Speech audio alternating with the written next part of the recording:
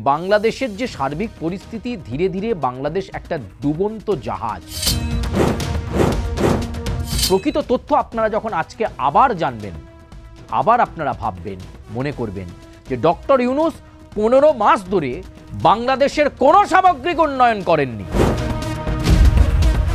কোনো যুগান্তকারী করার উদ্দেশ্য, চিন্তা, ভাবনা ডক্টর ইউনূসের নেই, এটা আপনি স্পষ্ট ভাষায় জেনে রাখুন।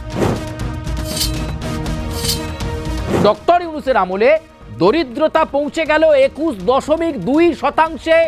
কারা জানাচ্ছে? বিশ্ব ব্যাংক জানাচ্ছে।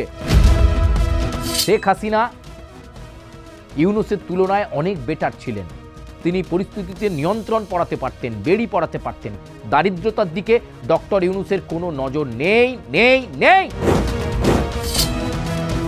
আপনাদের চোখে প্রতিদিন পর্দা টাঙিয়ে দেওয়া হচ্ছে, তাই স্বচ্ছতা আপনারা পাচ্ছেন না।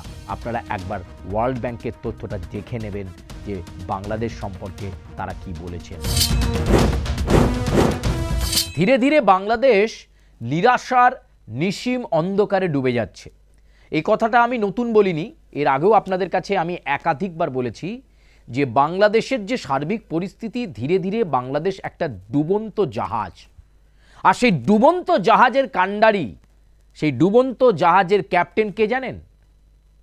অন্তর্বর্তী সরকারের প্রধান উপদেষ্টা ডক্টর ইউনূস। আপনারা হয়তো বলবেন, এই ছেলেটা যখনই বাংলাদেশ নিয়ে প্রতিবেদন তৈরি করে তখনই ডক্টর ইউনূসকে ভিলেন বানায়, তখনই ডক্টর ইউনূস সম্পর্কে খারাপ কথা বলে। কিন্তু প্রকৃত তথ্য আপনারা যখন আজকে আবার জানবেন, আবার আপনারা ভাববেন, মনে করবেন যে ডক্টর ইউনূস 15 মাস ধরে বাংলাদেশের কোনো সামগ্রিক উন্নয়ন করেননি। উল্টে বাংলাদেশকে নিরাশার নিশিম অন্ধকারে একটু একটু একটু করে ডুবিয়ে গেছেন ডক্টর ইউনূস। কিভাবে ডুবিয়ে গেছেন? আজকের এই পুরো প্রতিবেদনটায় আপনারা চোখ রাখুন। বিস্তারিত আপনাদেরকে নিশ্চয়ই বলবো যে বাংলাদেশের সামগ্রিক পরিস্থিতি কোন জায়গায় দাঁড়িয়ে রয়েছে। আমরা এর আগেও ইউনূসকে একাধিকবার কাঠগড়ায় দাঁড় করিয়ে বলেছি। হয়তো অনেকে বিশ্বাস করেন যে সত্যিই ডক্টর ইউনূস বাংলাদেশের কোনো উন্নয়ন করতে পারেননি। তিনি নোবেল জয়ী হতে পারেন, কিন্তু তিনি ভালো প্রশাসক নয়, এটা প্রমাণ হয়েছে। আবার একটা অংশ হয়তো এখনও বাংলাদেশের কিছু মানুষ মনে করেন ডক্টর ইউনূস যুগান্তকারী কিছু করবে।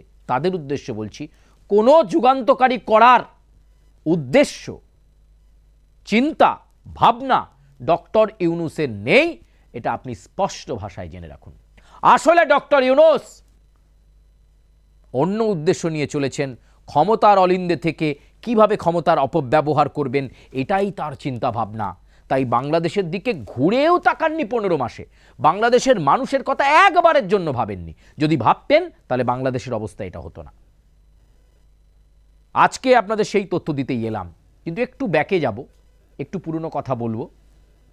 শেখ হাসিনা পদ্মা সেতু তৈরির সময় বলেছিলেন বেশ কিছু দেশের মধ্যে থাকা গাদ্দার বা শক্তি পদ্মা সেতু তৈরি করতে বাধা দিচ্ছে, কিন্তু তিনি মানুষের ওপর বিশ্বাস রাখেন। পদ্মা সেতু তৈরি হবে, বাংলাদেশের মানুষ তার পাশে রয়েছেন, মানুষ সহযোগিতা করবে, মানুষ অর্থ দেবে, মানুষের অর্থে পদ্মা সেতু তৈরি হবে। সেই পদ্মা সেতু তৈরি হয়েছে। শেখ হাসিনা এবং তার সরকার সেই পদ্মা সেতু তৈরি করে দেখিয়েছেন। কিন্তু সেই সময় তিনি গ্রামীণ ব্যাংকের এক কর্তার কথা বলেছিলেন, যিনি বিশ্ব ব্যাংকের কানে বিষ ঢেলেছিলেন শেখ হাসিনা এবং তার সরকারের নামে, যাতে বিশ্ব ব্যাংক হেল্প না করে। হ্যাঁ, আগে ডক্টর ইউনূস এই কাজ বারবার করে গেছেন। তিনি আড়ালে আবডালে থেকে বারবার বাংলাদেশের ক্ষতি চেয়েছেন, ভালো চাননি। আওয়ামী লীগের ভাবমূর্তিকে নষ্ট করার চেষ্টা করেছেন বারবার, কিন্তু সফল হননি। কারণ পদ্মা সেতু তার নিয়ম মাফিক হয়েছে। বাংলাদেশের জনগণের কাছে যে কমিটমেন্ট শেখ হাসিনা রেখেছিলেন সেটা তিনি পূর্ণ করতে পেরেছেন। সেই সময় কিন্তু বিশ্বব্যাংক সেই অর্থে হাসিনা সরকারের পাশে দাঁড়ায়নি। পাবলিক মানি সেটাকে কালেক্ট করে, মানুষের টাকাকে কালেক্ট করে, এছাড়াও বিভিন্ন আরও অন্যান্য মানুষজন, শেখ হাসিনার ঘনিষ্ঠরা, তারা এই টাকা দিয়ে পদ্মা সেতুর কাজ অনেকাংশে ত্বরান্বিত হয়েছিল। এত কথা কেন বললাম? এবার বলবো, এমন এক তথ্য বিশ্বব্যাংক দিল। এতদিন বিশ্বব্যাংকের সঙ্গে শেখ হাসিনার সম্পর্ক ভালো ছিল না, এখন তিনি প্রাক্তন প্রধানমন্ত্রী, যদিও আওয়ামী লীগ মনে করে যে তিনি এখনও বাংলাদেশের প্রধানমন্ত্রী। এখন বিশ্বব্যাংক শেখ হাসিনার গুণগান গাইছে। কেন জানেন? কারণ তারা ট্যালি করলেন, তারা বিভিন্ন তথ্য থেকে যে তথ্য বিশ্বব্যাংক প্রবেশ করলো সেই তথ্য দিয়ে তারা জানিয়ে দিল ডক্টর ইউনূসের এই 15 মাসে দারিদ্র্যের হার পৌঁছে গেছে 21.2%। শেখ হাসিনার আমলেও দরিদ্রতা ছিল, আমি বলছি না যে দরিদ্রতা ছিল না, সেটা তিনি ওই 17-18% মধ্যে রাখার চেষ্টা করছিলেন। কিভাবে দরিদ্রতা মেটানো যায়, কিভাবে কর্মসংস্থান তৈরি করা যায়, সেই চেষ্টাটা প্রকারান্তরে ছিল। কিন্তু ডক্টর ইউনূসের আমলে সেই বিষয়টা এখন অনেক দূরে, এবং ডক্টর ইউনূসের আমলে দরিদ্রতা পৌঁছে গেল 21.2%। কারা জানাচ্ছে? বিশ্ব ব্যাংক জানাচ্ছে। বিশ্ব ব্যাংক বলছে যে বাংলাদেশের দারিদ্র্য সীমা হু হু করে বাড়ছে। 15 মাসে 18 থেকে 21.2, মানে 3%-এরও বেশি। এবং বিশ্ব ব্যাংক এই মুহূর্তে মনে করছে সংখ্যাটা 25% পৌঁছে যাবে। অর্থাৎ গোটা বাংলাদেশ জুড়ে একটা দারিদ্রতার হাহাকার পরিস্থিতি তৈরি করতে চাইছেন ডক্টর ইউনূস। এই কথাটাই আপনাদেরকে আমরা বোঝানোর চেষ্টা করছি। ওয়ার্ল্ড ব্যাংক, বিশ্ব ব্যাংক আজকে সেটা বলে দিল যে শেখ হাসিনা ইউনূসের তুলনায় অনেক বেটার ছিলেন। তিনি পরিস্থিতিতে নিয়ন্ত্রণ পড়াতে পারতেন, বেড়ি পড়াতে পারতেন। দারিদ্রতার দিকে ডক্টর ইউনূসের কোনো নজর নেই নেই নেই। এ তো গেল দারিদ্রতা। এবার জিডিপি, দেশের জিডিপি তলানিতে চলে গেছে। দেশের জিডিপিও যেভাবে তলানিতে গেছে শেখ হাসিনার আমলে এতটা তলানিতে যায়নি। 15 মাসে জিডিপিও একেবারে তলানিতে। জিডিপি বলে কিছু নেই বললেই চলে বাংলাদেশের, এমনটাই বলছে ওয়ার্ল্ড ব্যাংক, আমরা নয়, ওয়ার্ল্ড ব্যাংক বলছে। এবং এই পরিস্থিতি কিভাবে ট্যাকেল করবে বাংলাদেশের এই যে কেয়ারটেকার সরকার, অন্তর্বর্তী সরকার, সেটা নিয়ে কিন্তু উদ্বেগ প্রকাশ করেছে বিশ্ব ব্যাংক বা ওয়ার্ল্ড ব্যাংক। তাহলে ভাবুন, ওয়ার্ল্ড ব্যাংক বিশ্ব ব্যাংকও বলে দিচ্ছে দারিদ্রতা বেড়ে গেছে, জিডিপি নে একেবারে খারাপ অবস্থায় চলে গেছে দেশের জিডিপি। কর্মসংস্থান বলা হচ্ছে দেশের নজওয়ান নবীন প্রজন্ম, তাদের প্রায় 51% বেকার, বেকারত্বে রয়েছে। কি হলো?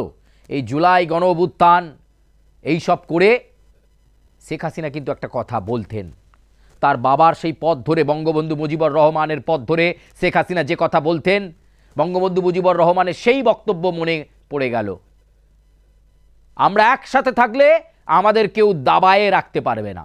আমরা যদি একসাথে ঐক্যবদ্ধ থাকি আমাদের কেউ দাবায়ে রাখতে পারবে না।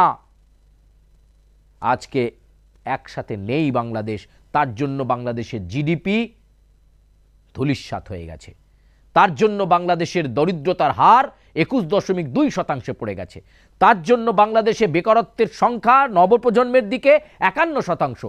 ওয়ার্ল্ড ব্যাংক, বিশ্ব ব্যাংক তারা উদ্বেগ প্রকাশ করছে যে কোন বাংলাদেশ, এই বাংলাদেশ শেষ হয়ে যাচ্ছে ডক্টর ইউনূসের আমলে। এরপরেও যদি আপনারা ডক্টর ইউনূসকে সমর্থন করেন, এরপরেও যদি বলেন ভারতীয় মিডিয়া তোদের কি, আমরা কিছু বলবো না, বিচার আপনারা করবেন, আপনাদের দেশ। আমরা শুধু চোখে আঙুল দিয়ে প্রতিবেদন তুলে ধরে জানাতে পারি আপনাদেরকে যে বাংলাদেশে আসলে চলছেটা কি। আপনাদের চোখে প্রতিদিন পর্দা টাঙিয়ে দেওয়া হচ্ছে, তাই স্বচ্ছতা আপনারা পাচ্ছেন না।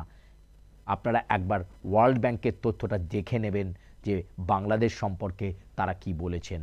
দরিদ্রতার হার যেভাবে বাড়ছে, কোথায় যেতে পারে আগামী কয়েক মাসের মধ্যে, সেটাও তারা বলেছেন। একবার আপনারা শুধু চোখের পলক ঘুরিয়ে দেখে নেবেন, তারপর আপনারা বিচার করবেন যে ডক্টর ইউনূস একজন ভালো উপদেষ্টা, একজন ভালো প্রশাসক, নাকি তাকে এখনই বিদায় দেওয়া উচিত। কিন্তু ওই যে বঙ্গবন্ধুর কথা, একসাথে থাকলে কেউ দাবায়ে রাখতে পারবে না। আপনারা তো একসাথে হচ্ছেন না, আপনারা তো বিভিন্ন ভাগে ভাগ হয়ে রয়েছেন। একসাথে হয়ে প্রতিবাদ আন্দোলন গড়ে তোলার বার্তাই তো শেখ হাসিনা বারবার দিয়ে চলার চেষ্টা করছেন। তিনি আশা রেখেছেন আবার তিনি বাংলাদেশে ফিরে, আবার তারা ক্ষমতায় ফিরে, আবার উন্নয়নকামী করা যাবে বাংলাদেশকে। কিন্তু যতদিন পর্যন্ত ডক্টর ইউনূসের হাতেই বাংলাদেশ রয়েছে, উদ্বেগ বাড়বে শুধু ওয়ার্ল্ড ব্যাংক বা বিশ্ব ব্যাংকের নয়, আপনাদেরও। তাই আজকের মতো বাংলাদেশে পর্যন্তই। আপনাদের সঙ্গে বাংলাদেশ সংক্রান্ত আপডেট বা বিষয় নিয়ে আবার কথা হবে। লাগাতার আমি সুচারু আপনাদেরকে দিয়ে যাচ্ছি বাংলাদেশ সংক্রান্ত আপডেট, সেই 5ই আগস্ট থেকে আগামীতেও আপনাদের দেব। ধন্যবাদ।